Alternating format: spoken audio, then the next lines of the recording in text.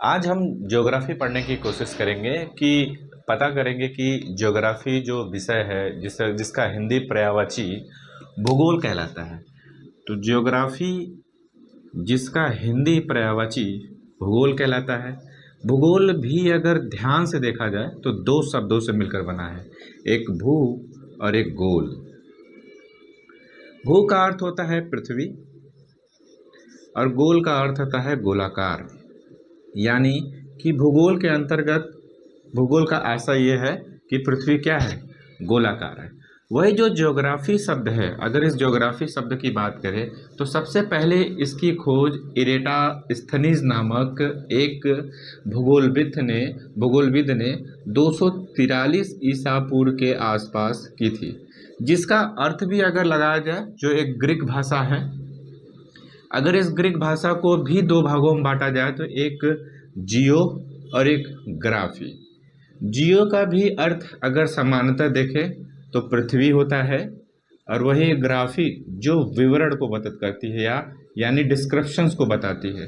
कहने का आशय यह है कि ज्योग्राफी पृथ्वी के विवरण का अध्ययन को बताने का क्या करती है, प्रयत्न करने की कोशिश करती है। तो कई भूगोलविद भी क्या करते हैं, इस ज्योग्राफी को परिभाषित करने के लिए अपने अपने वक्तव्य तथा कथन को भी दिया है। उन भूगोलविदों में अगर हम सबसे पहले बात करें तो यल्डी स्टम्प का नाम आता है। ये यल्डी स्टम्प ने कहा कि जो ज्योग्राफी है, ज्योग्राफी क्या करती है, ये मानव के निवास के अध्ययन के रूप में पृथ्वी का वर्णन करती है। ये कहते हैं कि जो मानव का निवास है उसके अध्ययन के रूप में पृथ्वी का वर्णन करते हैं। वही रिचर्ड हॉटसन की बात करते हैं जो एक अलग भूगोलविद हैं। उन्होंने भी कहा कि पृथ्वी की क्षेत्रीय भिन्नता का अध्ययन करने के लिए हम ज्योग्राफी का क्या करते हैं, उपयोग करते हैं। अब इस ज्योग्राफी में सबसे ज़्यादा हाईलाइट जो शब्द है वो है पृथ्वी। सबसे ज़्यादा हाईलाइट शब्द पृथ्वी है। तो हमारा प्रश्न ये अवश्य उठना चाहिए कि पृथ्वी की उत्पत्ति कैसे हुई। पृथ्वी की उत्पत्ति अगर कैसे हुई तो साथ साथ कब हुई, और ये भी कब हो गई, तो यह हमें पता होना चाहिए कि पृथ्वी की उत्पत्ति में जो जो कारक थे, साथ साथ अर्थात इन कारकों का भी क्या किया जाए, अध्ययन किया जाए।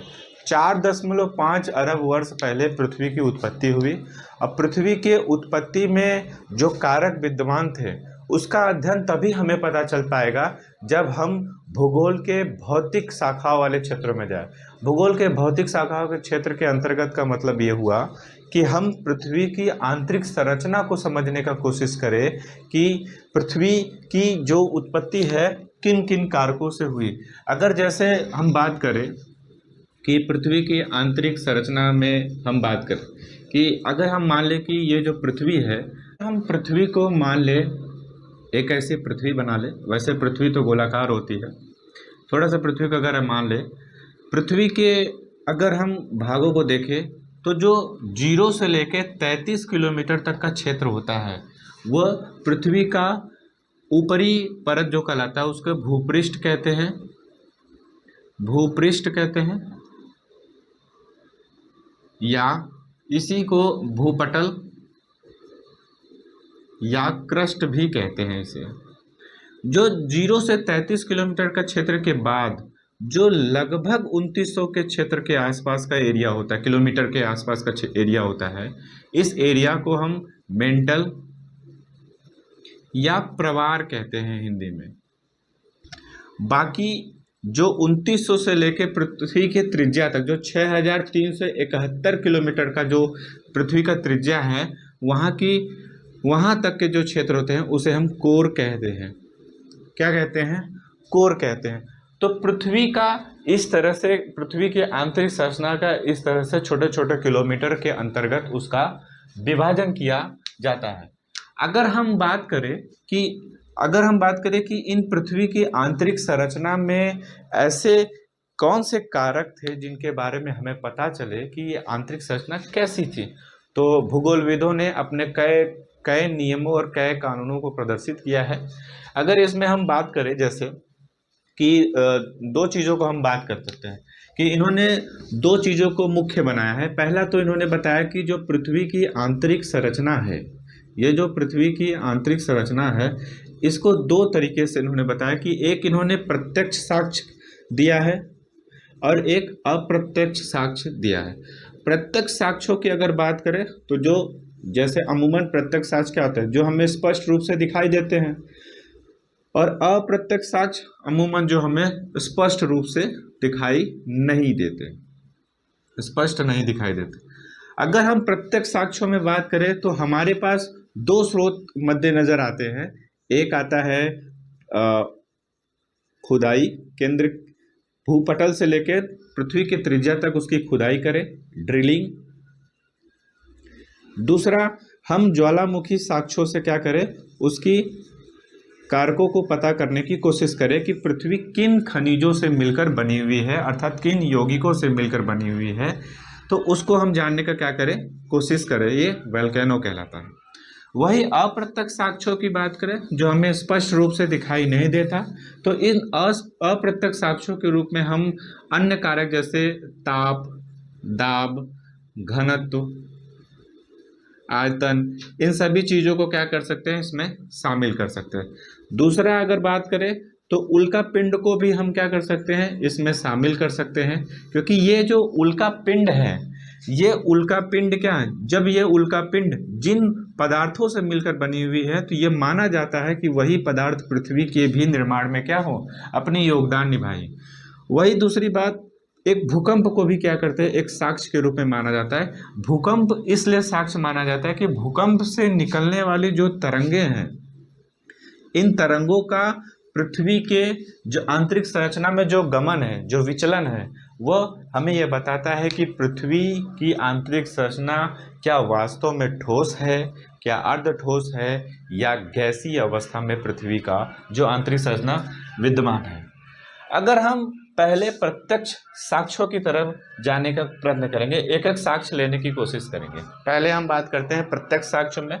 तो प्रत्यक्ष साक्ष्य, तो हमने तो ये बताया कि प्रत्यक्ष साक्ष्य क्या होते हैं, जो स्पष्ट रूप से हमें दिखाई देते हैं। अप्रत्यक्ष साक्ष्य की अगर बात हमने ये भी बताया कि अप्रत्यक्ष साक्ष्य जो स्पष्ट रूप से दिखाई नहीं देते। तो खुदाई की अगर बात करें तो सबसे पहले खुदाई जो हुई 1990 के दशक में जो हुई, ये दक्षिण अफ्रीका में एक रॉबिन्सन नामक एक गर्त था, उसमें सबसे पहले खुदाई हुई।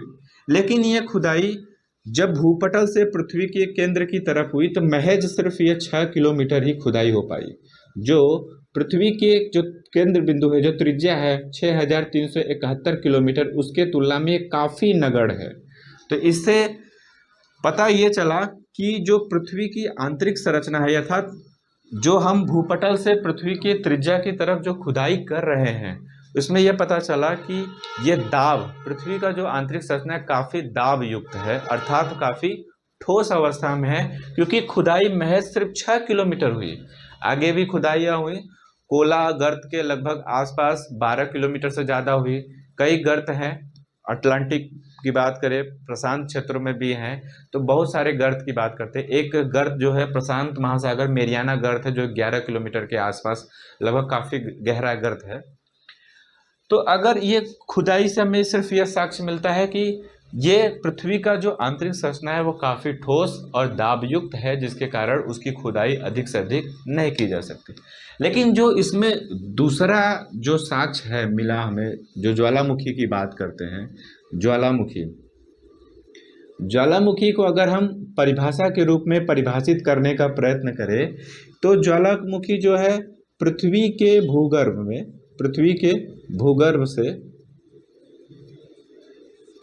भूगर्भ से या छिद्र या दरारों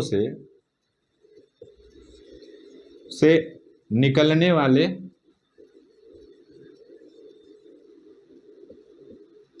एक तप्त पदार्थ होते हैं जो पृथ्वी के सतह पर क्या आते हैं। अब पृथ्वी के सतह पर आने पर इन तप्त पदार्थों में जो खनिज होते हैं, जो तत्व विद्यमान होते हैं, वही खनिज जो होते हैं वो क्या कहलाते हैं, लावा कहलाते हैं। तो जो तप्त पदार्थ नीचे से निकलता है वो तो मैग्मा है, लेकिन जैसे वह पृथ्वी के सतह पर आता है वह लावा हो जाता है। और ये लावा ही क्या बताता है कि पृथ्वी की आंतरिक संरचना अर्थात पृथ्वी का जो निर्माण जिन जिन तत्वों से हुआ है वो कैसी तत्व है, उन सभी की जानकारी हमें क्या होती है, इस तप्त पदार्थों से पता चलता है। लेकिन क्वेश्चन ये उठता है कि अगर इन तप्त पदार्थों की उत्पत्ति जो ज्वालामुखी से निकल रही है, तो ज्वालामुखी का किस सीमा तक ज्वालामुखी का स्रोत होगा कि वो ज्वालामुखी निकलेगी, कैसे निकलेगी, तो हमें ये पता नहीं चल पाता कि ज्वालामुखी का स्रोत बिंदु क्या है कि जो ज्वालामुखी की उत्पत्ति के कारण होता है। अगर वही हम प्रत्यक्ष कारणों की बात देख ली, हमने खुदाई देख लिया कि खुदाई में रॉबिन्सन गर्त 6 किलोमीटर खुदाई हुई, जो त्रिज्या के तुलना में काफी नगण्य था। ज्वालामुखी की परिभाषा दे दी, ज्वालामुखी से हमने यह साक्ष्य पता कर लिया कि उससे निकलने वाले जो तप्त पदार्थ, जो लावा था, उसमें जो विद्यमान खनिज थे, वह खनिज कहीं न कहीं पृथ्वी के आंतरिक संरचना में अपनी भूमिका निभाती थी। अब हम अप्रत्यक्ष स्रोतों की तरफ अगर आगे बढ़े, अप्रत्यक्ष स्रोतों की तरफ आगे बढ़े, तो अप्रत्यक्ष स्रोतों में अगर हम बात करें, जैसे हमने पहला पॉइंट दिया था ताप और दाब। आपको ये पता होना चाहिए कि जब प्रति 32 किलोमीटर हम पृथ्वी के केंद्र की तरफ जाते हैं, तो 32 किलोमीटर जाने पर 1-1 सेंटीमीटर तापमान क्या होती है, वृद्धि होने लगती है। 1-1 सेंटीमीटर 1-1 सेंटीग्रेड तापमान में क्या होती है, वृद्धि होने लगती है। तो ऐसा प्रतीत होता है अगर 32 किलोमीटर के हिसाब से ऐसे ही वृद्धि होते रहे, तो ऐसा प्रतीत होगा कि पृथ्वी का तापमान इतना बढ़ जाए कि पृथ्वी स्वयं ही जल जाए, लेकिन ऐसा नहीं होता। और भी ऐसे कारण विद्यमान है पृथ्वी के अंतर्गत जो पृथ्वी के इस तापमान को क्या करते हैं, रोकने का भरसक प्रयास करते हैं। तो अगर हम ताप और दाब में संबंध जो स्थापित हुए हैं, इन संबंधों को अगर जान ले, तो हम एक अनुमान लगा सकते हैं कि पृथ्वी की आंतरिक संरचना कैसी थी। अगर हम पृथ्वी की आंतरिक संरचना को जानना है तो इनमें संबंधों को जानना बड़ा उचित है। अगर दाब की परिभाषा की बात करें तो एकांक क्षेत्रफल पर लगने वाला जो बल होता है वह दाब कहलाता है। तापमान भी वही कहता है, एक निश्चित क्षेत्र में जो ताप होता है, तापमान होता है, वह ताप कहलाता है। अगर हम तापमान और दाब में संबंध निकालें, तो अगर दाब बराबर तापमान के होता है तो इसका अर्थ ये होता है कि वह अवस्था जो है अर्ध ठोस की अवस्था है, यानी कि वह अवस्था क्या है, आधी ठोस होगी और आधी द्रव्य होगी। लेकिन अगर वही हम ये तापमान निकालने की कोशिश करें कि जो दाब है अगर तापमान से ज़्यादा है, तो इसका अर्थ ये हुआ कि उस जहाँ वो जो वस्तु है, जो अगर कोई वस्तु मान लीजिए उदाहरण के रूप में कोई वस्तु पे दाब अधिक लग रहा है, तो इसका मतलब ये होगा कि वो वस्तु काफ़ी कठोर है, इसलिए उस पर दाब ज़्यादा लगाया जा रहा है। अगर ये दाब तापमान से ज़्यादा हो गई तो इसका मतलब होगा कि जो पृथ्वी है उसकी जो आंतरिक संरचना है वो काफ़ी ठोस है, ये अनुमान लगाया जा सकता है। लेकिन अगर मान लिया जाए ये तापमान ज़्यादा हो जाए दाब से, तो ये अनुमान लगाया जा सकता है कि वह स्थिति क्या होगी, द्रव्य की स्थिति होगी। तो हमें ये इस ताप और दाब के संबंध से ये पता चल रहा है कि पृथ्वी की आंतरिक संरचना जब दाब ताप में ज़्यादा होगी तो क्या होगी, जब ताप ज़्यादा होगा, जब दोनों बराबर होंगे तो क्या होगा, ये हमें पृथ्वी की आंतरिक संरचना से पता चल जा रहा है। वही दूसरी अप्रत्यक्ष कारणों की तरफ चले हम, जैसे उल्का पिंड की बात करें। उल्का पिंड को अगर हम परिभाषित करें तो उल्का पिंड कुछ नहीं है, उल्का पिंड एक अंतरिक्षी मलबा का मतलब छोटे छोटे टुकड़े होते हैं जो अंतरिक्ष में क्या करते हैं, घूमते रहते हैं। अगर हम धरातल से बात करें, जो पृथ्वी है हमारी जहाँ पे हम खड़े हैं, वहाँ से अमूमन जो एक वैज्ञानिकों के द्वारा जो निर्धारित की गई है, अमूमन हम 100 किलोमीटर अगर ऊपर चले तो हमारे धरातल से जो 100 किलोमीटर का क्षेत्र है वहाँ पे एक कार्बन रेखा है जो पृथ्वी और कार्बन रेखा क्या करती है, जो पृथ्वी और अंतरिक्ष को क्या करती है, निर्धारित करती है। तो कार्बन रेखा के ऊपर का जो क्षेत्र है वो अंतरिक्ष कहलाता है, कार्बन रेखा के नीचे का क्षेत्र जो होता है जहाँ हम खड़े हैं। तो अंतरिक्ष में जो छोटे छोटे मलबा है, जो छोटे छोटे पत्थर हैं, जब ये चारों तरफ गमन करते हैं, अर्थात गमन कहाँ करेंगे, सूर्य के चारों तरफ करेंगे। तो सूर्य के चारों तरफ जब ये गमन करते हैं तो गमन करते हुए, गति करते हुए किसी कारणवश ये पृथ्वी के गुरुत्वाकर्षण क्षेत्र में क्या जाते हैं, आ जाते हैं। आपको पता है कि जब गुरुत्वाकर्षण क्षेत्र में आ जाते हैं तो गुरुत्वाकर्षण बल के कारण कोई वस्तु जब उस क्षेत्र में गति करती है तो वह वस्तु को क्या करती है, अपनी तरफ खींच लेती है। तो ऐसे उल्कापिंड जब पृथ्वी के गुरुत्वाकर्षण क्षेत्र में गति करते हैं तो पृथ्वी उन्हें अपनी तरफ खींच लेती है, और खींचने के कारण वायु के वेग के कारण, जब हवा बहती है उस वेग के कारण उनमें आग लग जाती है और वही पृथ्वी पर क्या होते हैं, गिर जाते हैं। तो उन्हें हम उल्का कहते हैं। अब ये उल्का में जो जो तत्व विद्यमान होते हैं, चाहे उस उल्का में हम सिलिकॉन देख ले, चाहे हम एल्युमिनियम देख ले, चाहे हम मैग्नीशियम देख ले, चाहे निकिल देख ले, तो ये जो निकिल है, चाहे हम निकिल देख ले, तो इन सभी जो तत्व है, ये तत्व क्या करेंगे, पृथ्वी के आंतरिक संरचनाओं को परिभाषित करेंगे कि उसमें विद्यमान जो तत्व है वह सभी क्या करेगा, इसमें विद्यमान करेगा। अगर आखिरी जो हमारे पास साधन मौजूद है, हमने तो अप्रत्यक्ष रूप में ताप और दाब का संबंध तो देख ही लिया, और उसके बाद हमने उल्का पिंड को भी परिभाषित कर लिया। अगर एक जो आखिरी बिंदु हमारे पास बचा था, भूकंप, उस भूकंप को समझ ले कि भूकंप क्या होता है, और जो भूकंप के जो तरंग थे, जो तरंगे हैं, वो तरंगे किस तरह से जो पृथ्वी का जो हमने एक डायग्राम बनाया था कि अगर इसको मान ले, जैसे ये भूपृष्ठ हो गया जो 0 से लेकर 33 किलोमीटर का क्षेत्र है, फिर 33 से लेकर 2900 का क्षेत्र जो है ये मेंटल है, और जो 2900 लेके जो केंद्र बिंदु तक जो है वो 6371 तक जो बिंदु है उसे हमने कोर कहा। इनमें कैसे वो तरंग क्या करती है, गति करती है, अर्थात गमन करती है, तो हमें ये पता चल जाएगा कि जिस जिस अवस्था से वो गुजरती है और जिस जिस तरंगों से वो गमन करती है, तो उससे पता चल जाएगा कि आंतरिक संरचना कैसे है। अगर हम भूकंप की बात करें तो भूकंप कुछ नहीं होता, भूकंप मानवीय और प्राकृतिक परिवर्तन का ही एक संयोग होता है जिसके कारण कंपन होता है। अमूमन की बात करें, जैसे भूकंप आता है तो घर और आसपास की जो चीज़ें होती है वो कंपन करने लगती है, कांपने लग जाती है, अपने मूल बिंदु से थोड़ा हटके वो कांपने लग जाते हैं। तो भूकंप की उत्पत्ति का मुख्य कारण प्राकृतिक भी है और मानवीय कारण भी है। तो भूकंप अगर जिस बिंदु से निकलता है तो उसे हम कहते हैं फोकस बिंदु, कि भूकंप वहीं पे क्या हुआ है, ओरिजिन हुआ है, और यहीं से क्या करता है, ऊर्जा मुक्त होता है। अगर जहाँ पहली बार आभास हुआ है उसे बोला जाता है अधिकेंद्र, एपी सेंटर एरिया बोला जाता है, एपी सेंटर वाला एरिया कहा जाता है। और भूकंप को नापने के लिए अगर हम बात करें तो भूकंप को नापने के लिए एक यंत्र होता है जिससे हम बोलते हैं सिस्मोग्राफी यंत्र।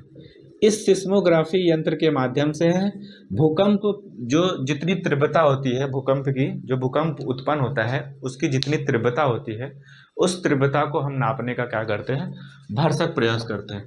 तो भूकंप अमूमन 2 तरीके से होता है, एक काया तरंगों के रूप में और एक धरातली तरंगों के रूप में विद्यमान होता है। काया तरंगों की बात करें तो इसमें भी 2 होते हैं, प्राथमिक तरंगे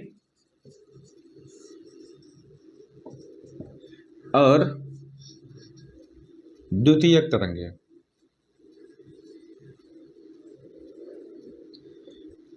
अगर हम धरातली तरंगों की बात करें तो सिर्फ इसमें एक ही तरंग होते हैं, यल तरंगे जिसको कहते हैं, इसे लव तरंगे भी कहते हैं। तो धरातली तरंगे, पृथ्वी के धरातल से बहने वाली जो तरंगे होती हैं वह धरातली तरंगे कहलाती हैं। काया तरंगे जो होती हैं, इन तरंगों को 2 भागों में बांटा जाता है, प्राथमिक तरंगे और द्वितीयक तरंगे। जो सिस्मोग्राफी पे पहली बार ही अंकित हो जाती हैं उसे बोलते हैं प्राथमिक तरंगे। और ये जो प्राथमिक तरंगे होती हैं ये द्रव के पदार्थ की जो अवस्थाएं होती हैं उन तीनों अवस्थाओं में क्या करती हैं, गति करती हैं, चाहे वो ठोस हो, चाहे वो द्रव्य हो, चाहे वो गैस, इन तीनों ही अवस्थाओं में क्या करती हैं, ये गमन करती है। एक तरह से देखा जाए तो ये प्राथमिक तरंगे अनुदैर्घ्य तरंगे होते हैं, यानी कि ये तरंगे होते हैं यानी कि ये सघन और विरल माध्यमों में क्या करते हैं, गति करते रहते हैं। अगर सघन और विरल आपको समझ में नहीं आ रहा तो बता दिया जाए कि सघन का मतलब ये हो गया कि ये जो ध्वनि तरंग अगर आप देखे होंगे या जो आप आवाज़ देखे होंगे कि अगर तरंगों का मान लीजिए ये तरंग है तो ये जो एरिया है ये संघन हो गया, जबकि जब ज़्यादा ज़्यादा गैप हो तो ये क्या हो जाएगा, विरल हो जाएगा। ये संघन और विरल माध्यम में चलने वाली तरंगें होती हैं जो ठोस, द्रव और गैस पदार्थ की तीनों अवस्था में चलती हैं। और सिस्मोग्राफी जो यंत्र है, जो भूकंप मापने वाली यंत्र है, उस पर सबसे पहले ही अंकित हो जाती हैं। और द्वितीय तरंगे जो होती हैं, द्वितीय तरंगे इन तरंगों के बाद इस पर अंकित होती हैं।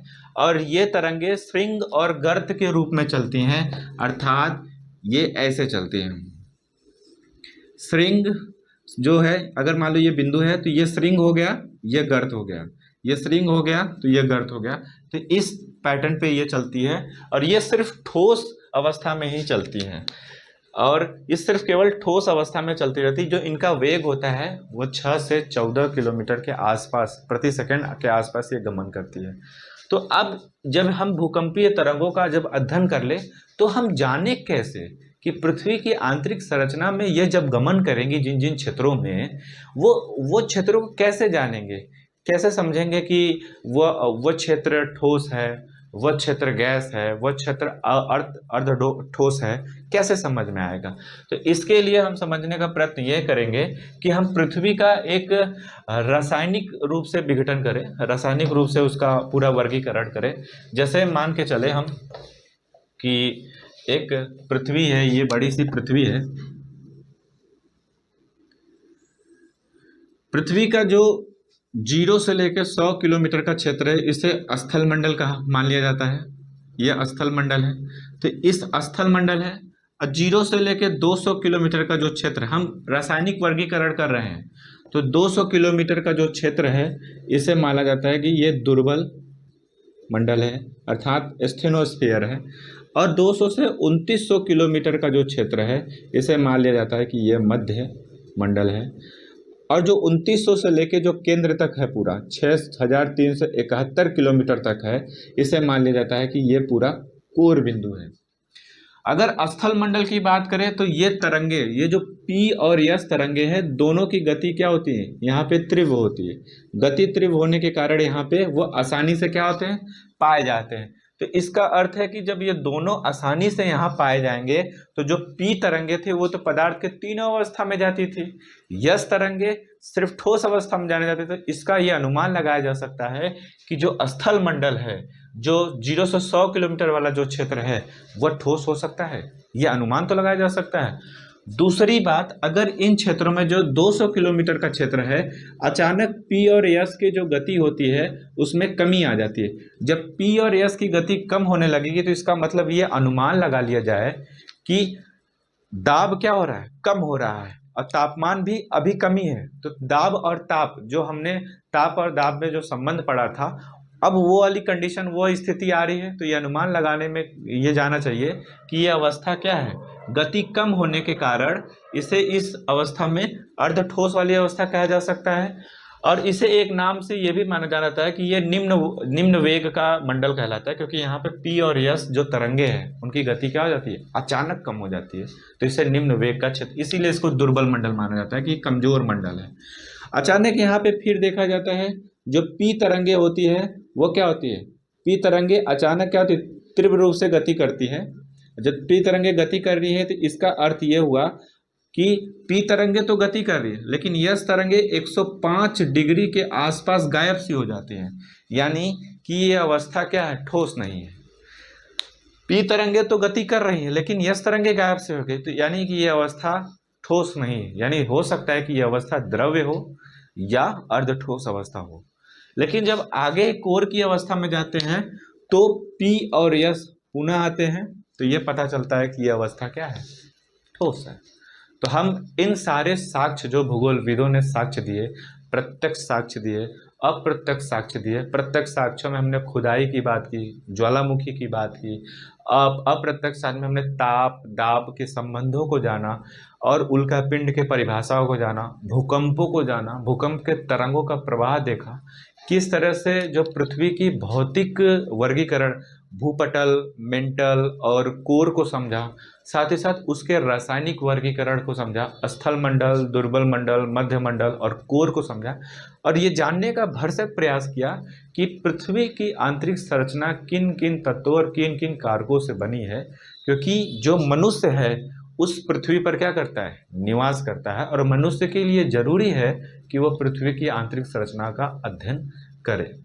और बाकी के जो सभी इनके रासायनिक जो वर्गीकरण है उसका जो विस्तृत अध्ययन है हम बाकी के लेक्चर में करेंगे।